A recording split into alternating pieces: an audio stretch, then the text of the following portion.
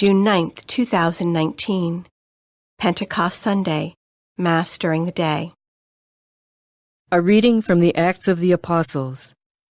When the time for Pentecost was fulfilled, they were all in one place together. And suddenly there came from the sky a noise like a strong driving wind, and it filled the entire house in which they were. Then there appeared to them tongues as of fire, which parted and came to rest on each one of them.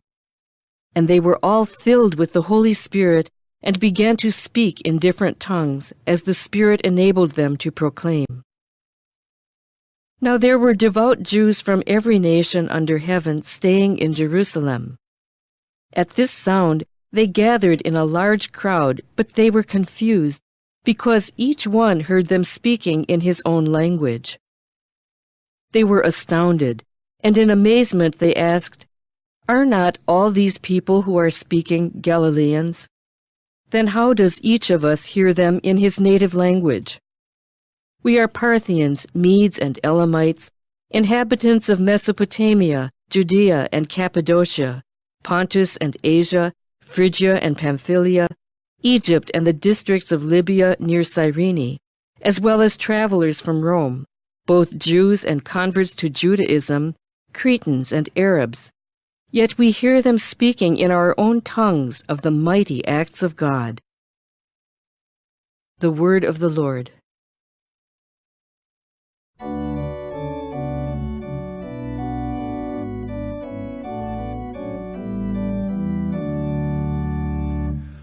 Lord, send out your Spirit and renew the face of the earth. Lord, send out your Spirit and renew the face of the earth. Bless the Lord, O my soul. O Lord my God, you are great indeed. How manifold are your works, O Lord! The earth is full of your creatures. Lord, send out your Spirit and renew the face of the earth. May the glory of the Lord endure forever. May the Lord be glad in his works. Pleasing to him be my theme. I will be glad in the Lord. Lord, send out your Spirit and renew the face of the earth.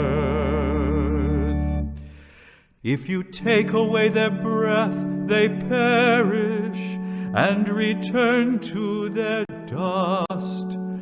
When you send forth your Spirit, they are created, and you renew the face of the earth. Lord, send out your Spirit and renew the face of the earth.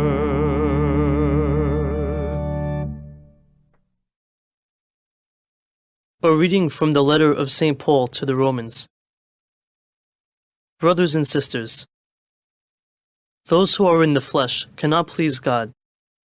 But you are not in the flesh. On the contrary, you are in the Spirit, if only the Spirit of God dwells in you. Whoever does not have the Spirit of Christ does not belong to him. But if Christ is in you, although the body is dead because of sin, the Spirit is alive because of righteousness. If the Spirit of the one who raised Jesus from the dead dwells in you, the one who raised Christ from the dead will give life to your mortal bodies also, through his Spirit that dwells in you. Consequently, brothers and sisters, we are not debtors to the flesh, to live according to the flesh. For if you live according to the flesh, you will die. But if by the Spirit you put to death the deeds of the body, you will live. For those who are led by the Spirit of God are sons of God. For you did not receive a spirit of slavery to fall back into fear, but you received the Spirit of adoption, through whom we cry, Abba, Father. The Spirit himself bears witness with our spirit that we are children of God, and if children, then heirs, heirs of God and joint heirs with Christ, if only we suffer with him, so that we may also be glorified with him. The word of the Lord.